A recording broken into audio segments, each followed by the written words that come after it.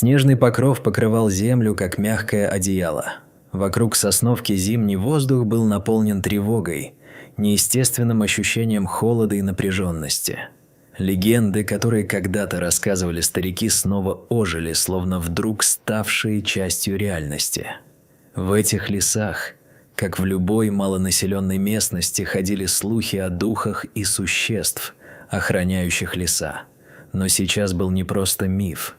Волк разрывал могилу жены Андрея, и это зрелище никого не оставляло равнодушным. Он метался между могил и окружающими людьми, как будто искал что-то особенное. Андрей, заслышав шум, выбежал из дома, его сердце заколотилось в груди. Он понимал, что это не просто дикая активность. Что-то было не так. Напуганный, он бросился к месту событий, но соседей было слишком много, чтобы сражаться с волком в одиночку.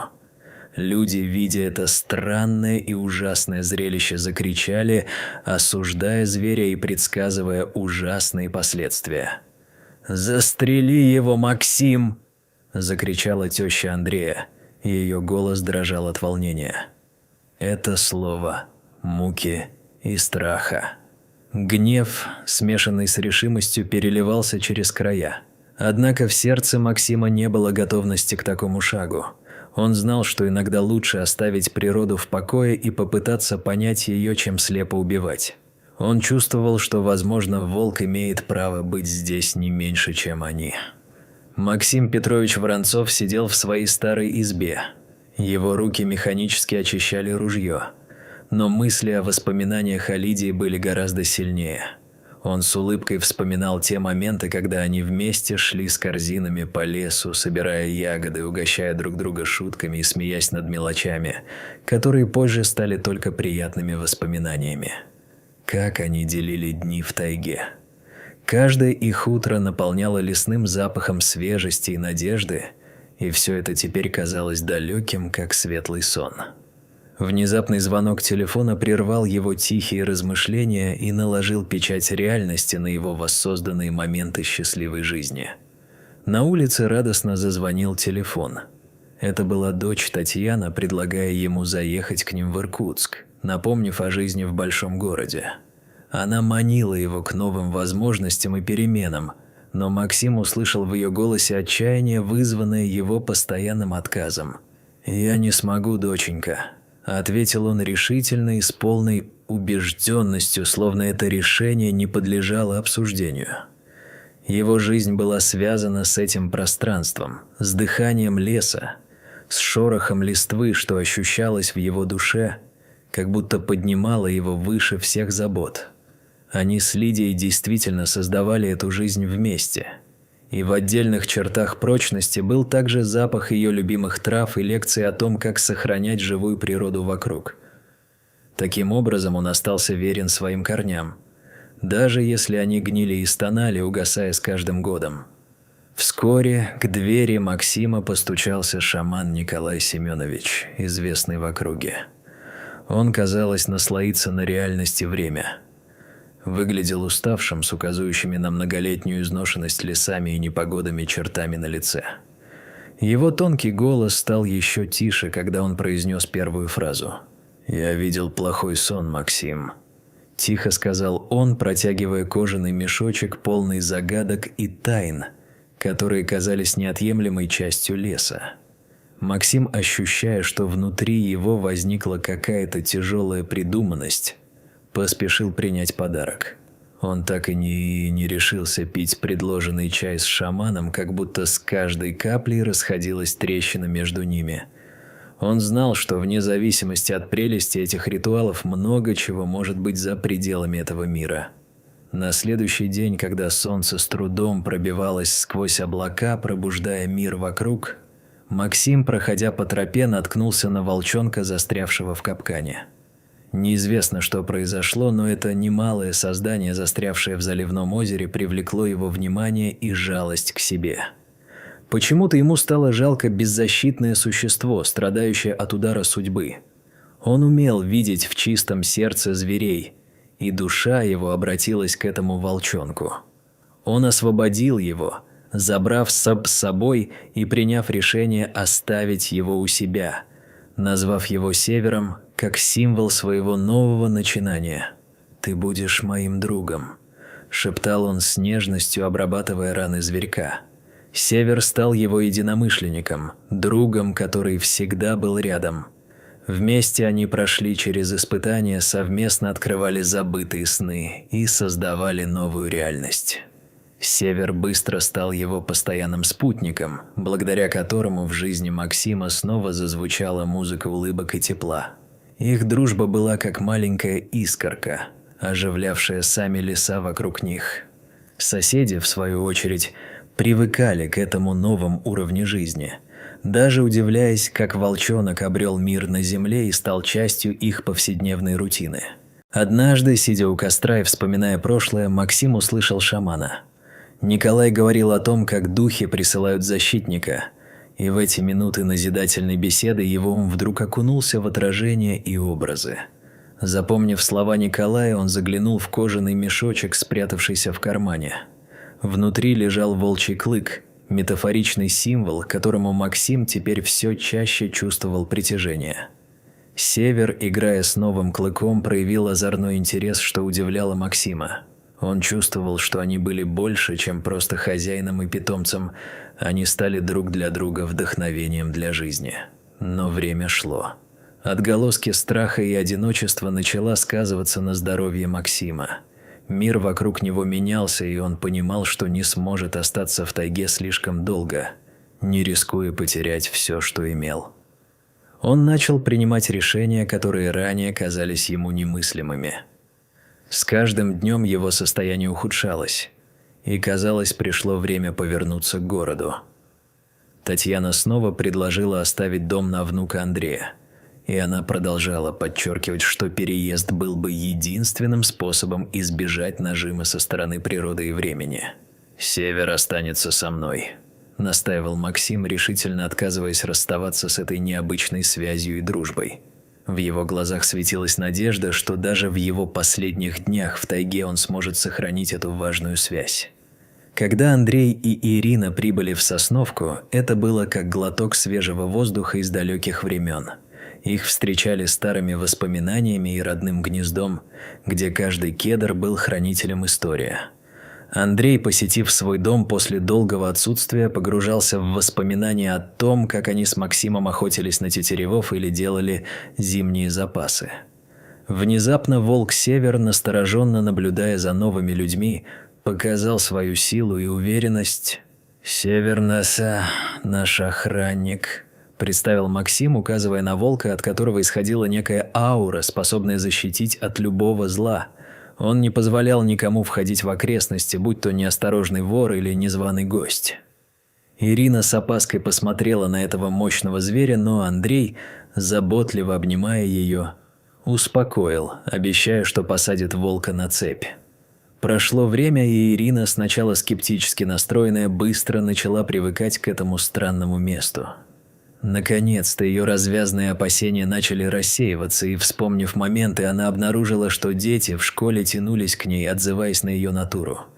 Соседи принимали ее с распростертыми объятиями, а маленький мир вокруг начинал сиять, как забытая радуга. «Ты такой заботливый, как будто понимаешь, что ждем малыша», – улыбалась Ирина, поглаживая Севера по шерсти. Зверь, как будто чувствовал ее состояние, становился все более внимательным, словно понимал, что с ее жизнью связано нечто большее. Через какое-то время с Ирины пришло весть о долгожданной беременности. Она с радостью сообщила об этом Андрею, и вместе они обсуждали, каким станет их сын, какие навыки и знания собираются передать ему. Андрей сиял от счастья, когда мечты о будущем становились реальностью. Вместе они строили планы, насыщая свою жизнь любовью и мечтами. Следующие месяцы прошли быстро, и Ирина увлеклась заботой о своем будущем ребенке. Север стал ее верным защитником, всегда остававшимся рядом с ней, словно присматривая за своей семьей. «Ты полон заботы, Север», – говорила Ирина, присаживаясь рядом с ним и рассказывая о своих планах и мечтах. Волк внимательно слушал, его взгляд был полон понимания. Наблюдая за ее состоянием, он, казалось, чувствовал заботу о ее будущем. Через несколько месяцев Андрей и Ирина, переглядываясь, начали обсуждать свои мечты о будущем, говоря о том, насколько им нравится жизнь в Сосновке. С каждым днем Ирина все больше привыкала к окружающей ее природе, она даже научилась чувствовать дыхание лесного мира и его тайные законы. «Давай поговорим об этом после родов», – предложил Андрей, и они с улыбкой сверили свои идеи друг с другом. А всего через некоторое время Север начал замечать, что что-то меняется в лесу. Он вдруг стал более внимательным и настороженным, когда что-то готовилось произойти. Однажды, ощущая, что Ирина может оказаться в опасности, он точно предостерег ее. Когда из леса появился шаман Николай Семенович, Андрей почувствовал, как в груди расцветает нежный трепет.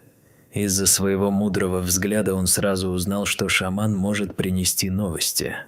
Они не общались слишком часто, но чувствовали в отношении друг к другу невидимую нить связи и доверия. Пригласив шамана в дом, Андрей и Ирина, усевшись за стол, начали ждать его сказания. Настал момент, когда шаман объявил радостное известие. Максим Петрович, отец Ирины, скоро вернется домой после операции на сердце. Эта новость растрогала их, они ждут Андрея и надеются, что все обернется к лучшему. «У меня есть особый подарок для вас», – сказал шаман, протягивая Ирине кулон с фигуркой волка. Этот оберег стал символом их защиты, соединяя два мира – мир людей и мир тайги. Ирина, принимая его, почувствовала, что есть нечто большее, чем просто украшение. Оно было наполнено потаенной силой леса. Пока она всматривалась в кулон, их разговор с Андреем стал глубже. Он начал обсуждать таинственные слова шамана о том, как их ребенок соединит два мира в себе. Ирина почувствовала, что Север стал себя вести иначе, его отношения к ней изменились. Он был как миролюбивый защитник, присматривающий за ее состоянием. «Это просто случайность», – уверял Андрей, хотя тень сомнения все же согревала его душу. Но зло отчаяния вскоре постучалось в их двери. В ту ночь Ирина приснилась тяжелая и тревожная мысль. Вечером ей приснился странный сон, в котором она была в зимнем лесу, и огромный серый волк с гордой осанкой вел ее к темным безднам. Он был почти как дух, не проявляющий жестокости. «Принесет ли он меня обратно ко всему?» – задумалась она, когда проснулась в страхе, чувствуя, как дрожит тело от холода. Лето быстро исчезло, и осень в одном мгновении подменила холодный ветер. Ирина и Андрей начали готовиться к зиме, утепляя дом и запасаясь дровами. Андрей, зная, как это неспокойно, часто звонил Ирине, проверяя, все ли в порядке. «Мне не удается привести в порядок печь», – сообщили ей. «Я вызову печника позже», – ответил он, надеясь на лучшее. Но наступил роковой день. Это случилось в тот момент, когда Андрея не было на смене, и Ирина осталась дома одна. Внезапно поднявшаяся метель могла бы напугать кого угодно, но она погрузилась в печь и забыла отключить заслонку. Вся жизнь сжалась до этой ошибкой. И засыпая, она проснулась, уже не ощущая своих конечностей, и вскоре лишь вдохнула ужасающий угарный газ. Андрей, беспокойно возвращаясь домой, услышал пользоваться знакомый вой Севера, который стал как бы его внутренним голосом, угрожая возможной бедой. «Ирина!» – закричал он, когда вернулся, пронзаясь холодом при наличии ужаса, что объял его душу. Он открыл дверь и увидел ее лежащей на полу, и все вокруг исчезло в пространстве, заполненном мрачным воздухом. Андрей в панике бросился к любимой, но растревоженные мысли перемешались с тяжелым запахом гари. В тот миг его сознание улетучилось, и обида поглотила его, как снежный вихрь. Он абсолютно не мог поверить, что все это происходит. Когда он наконец нашел Ирину, ее жизнь была прервана. Фельдшер, присев у нее с тяжестью, сообщил, что реанимировать Ирину бесполезно. Андрей, оставаясь один с горем, вспомнил все те моменты, которые делали их счастливыми, и в сердце его разразился ураган. Сделать что-то, чтобы остановить это безумие. Как это могло произойти? Просил он себя. но, к сожалению, у него не было никаких ответов. Глубокая тьма заволокла его душу. Север, уткнувшись лбом в его рукав, казался единственным, кто способен помочь ему справиться с этим горем. В рамках отчаяния он приковал волка к цепи, не понимая, как это безумие могло произойти. Соседские разговоры о похоронах поднимали волну эмоций, и Андрей пытался сдерживаться, механически выполняя каждое действие, даже когда внутри него пустота. В такие моменты, когда разливалась тишина, его присутствие снова сломалось среди запретных мыслей. Он остался один, и даже волк оставался на цепи, отказываясь есть и пить, в то время как его страдания лишь углублялись. Когда началась суета вокруг похорон, родители Ирины внезапно вернулись, чтобы поддержать своего сына. «Она заслуживала лучшего, чем эта боль», – дожимал его шепот. «И все, что они делают». Он чувствовал, что каждый шаг был как последняя волна в море, заполняющая мглу незнания, бесконечно приносящая ему нечто большее. Следователь осматривал дом и печь, проникая в детали. Его профессионализм позволил понять, что произошел случай отравления угарным газом. К моменту, когда гроб был погружен на плечи, Андрей лишь механически следовал за ним. Он не чувствовал ни боли, ни усталости, словно потерял настоящий смысл жизни. Был просто следственным на обочине. Волк оставался рядом с домом, выть на цепи и наполняя свое сердце тоской, как будто подсказывая, что у него есть еще надежда. В момент, когда в життя вернулась жизнь, а смятение охватило все вокруг, совсем неожиданно на кладбище Север начал выть так, как будто искал что-то потерянное. Он побежал к могиле и внезапно начал ее разрывать. Его преданность и инстинкты не могли оставить без внимания. Когда, зарывшись глубже в грехи, послышались стоны, из могилы раздался неожиданный звук.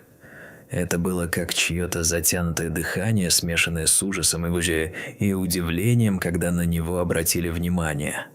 «Она жива!» – закричал Андрей, бросаясь к Северу. Он, потеряв всякую надежду, вдруг осознал, что споткнулся на пороге реальности. Врачи в больнице мгновенно забрали Ирину в реанимацию. Ее жизнь вновь зажглась в сердце, как святая искра света. В тот момент все вокруг как бы затихло, и только ее дыхание стало сигналом для новой надежды. В новой реальности, обитая в состоянии летаргического сна, Ирине рассказали, что ее сердце продолжает биться. Врачи загадочно шептали о том, что это довольно редкое состояние, когда мозг продолжает функционировать на минимальном уровне, оставляя возможность выжить, когда все, казалось, иссякло. Фельдшер, который сначала ошибочно принял ее за мертвую, теперь стал объектом обсуждения, каким образом они могли столь быстро ошибиться. Основная проблема заключалась в том, что ее организм едва расходовал кислород, что позволило ей выжить в маленьком черном мешке. Чтобы она могла окончательно вернуться, новое открытие стало возможным. Плод был жив и все еще находился в критическом состоянии. Андрей не покидал больницу, даже тогда, когда ночь окутала отдаленные пространства. Его сердце было как камень и, казалось, надеялось только на лучшее. В эти дни он мог видеть Ирину в центре палаты. Она лежала, не осознавая себя, но дыхание давало о себе знать. Все молчали, но сердце ее продолжало биться. Увидев шамана Николая Семеновича, он, как обычно, приносил свои собственные поверья. «Давайте пустим волка Севера внутрь», – настаивал он, указывая на то, как волк тянулся к Ирине, взывая ее внутренние эмоции. Врач, хоть и с недовольством, согласился, ведь в этот момент любая надежда была на счету. Когда Север вошел в палату, Андрей не был готов к тому, как это событие изменит их жизни. Волк прошел санитарную обработку по рекомендациям врача и вошел в палату, плавно лег рядом с Ириной, как будто все возвращалось к норме. Ее рука начала двигаться, и в тот момент ее сознание вновь ожило. «Где я?» – спросила Ирина, собираясь с мыслями, наконец осознав, что ее окружают родные. Она обратилась к врачу, спрашивая о ребенке. Как он, жив ли все еще, и ее сердце чувствовало то, чего не могло быть. С каждым вздохом радость наполняла ее душу. Врач, толком объяснив, рассказал о том, как она пережила мнимую смерть, и о том, как их планы могут снова стать реальностью.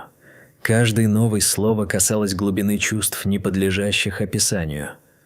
Учащенное дыхание как будто свело на нет все мучения, когда Ирина спросила о кулоне, и ее горло перехватило. Когда у двери появился шаман, он принес долгожданный кулон-оберег, вырезанный с изображением волка. Ирина была удивлена, заметив, что кулон вернулся к ней. Шаман объяснил, как духи вернули оберег для защиты, символизируя единство с лесом. Обратно в дом, казалось, возвращение было немного затяжным. Однако Ирина и Андрей знали, что в их жизни произошли перемены. Оказаться в этом месте было трудно. Особенно в те моменты, когда они вновь посмотрели друг на друга с надеждой. Но они знали, что это новое начало. Печник устанавливал датчики угарного газа для безопасности в их доме, как живительную оболочку для тревожных времен. Ирина почти не спала первую ночь, но постепенно возвращалась к нормальной жизни. Это интуитивное ощущение безопасности было иррациональным, даже если они раньше никогда не знали, каково это – жить как будто без страха. История их спасения стала известной даже за пределами Сосновки, и многие местные жители приходили, чтобы услышать о волке. Ирина почувствовала связь с лесом, хотя это было отчасти новым запахом с той давней зимы. «Мы останемся здесь», – объявила она, и Андрей, переглянувшись, почувствовал, что это был также его выбор. Первый день весны внезапно открыл новую главу в их жизни. Ирина родила здорового мальчика на свет. И в этот момент волк встретил новорожденного, становясь частью их семьи, охраняя их теперь на каждом шагу. Максим Петрович, который вернулся из больницы, присоединился к ним, принес с собой тепло и полное счастье. Он смотрел на своего правнука с гордым ощущением. «Это уже не просто человек, это кто-то, связанный с духами леса», – рассказывал шаман, передавая знания о том, как важно понимать эти связи. Андрей и Ирина понимали, что без Севера не было бы их семьи. Он стал не просто волком, а преданным другом, который мог чувствовать, что происходит в их жизни. Вскоре они начали принимать решения с осознанием, как каждое решение связано с их далеким миром. Изменения в Ирине ощущались все сильнее. Она больше не боялась тайги ее духа, понимала ее иначе и находила в этом успокоение. Чувствуя, что они стали одним целым, она делилась с Андреем своими видениями и новыми восприятиями. «Я чувствую, что наша жизнь становится глубже, чем мы могли представить», – произнесла она, выполнив новый ритуал активации. Они стали заботиться друг о друге, прислушиваясь к окружающим, как будто их жизнь соединяла не только их желания, но и желания всего окружения. Максим Петрович говорил, как история спасения Ирины и ее сына стала символом крепких уз, которые связывали их с землей и силой природы. Весь день они обсуждали с шаманом, как отношения могли стать мощным источником энергии и света. Ирина, общаясь с волком, благодарила его за спасение, а сама их связь с лесом становилась все более глубокой. В доме висела фотография семьи с волком, символизируя их единство. Это не просто было общий снимок. Они олицетворяли свои внутренние связи, их жизненную благодарность за каждый новый цикл жизни. Это было путешествие, за которым стояла любовь, и волк, всегда при них, стал той мощной силой, которая оберегала их. Теперь, благодаря этой истории с волком, они стали внутренним сообществом, готовым встречать все новые свершения, которые ждут их впереди.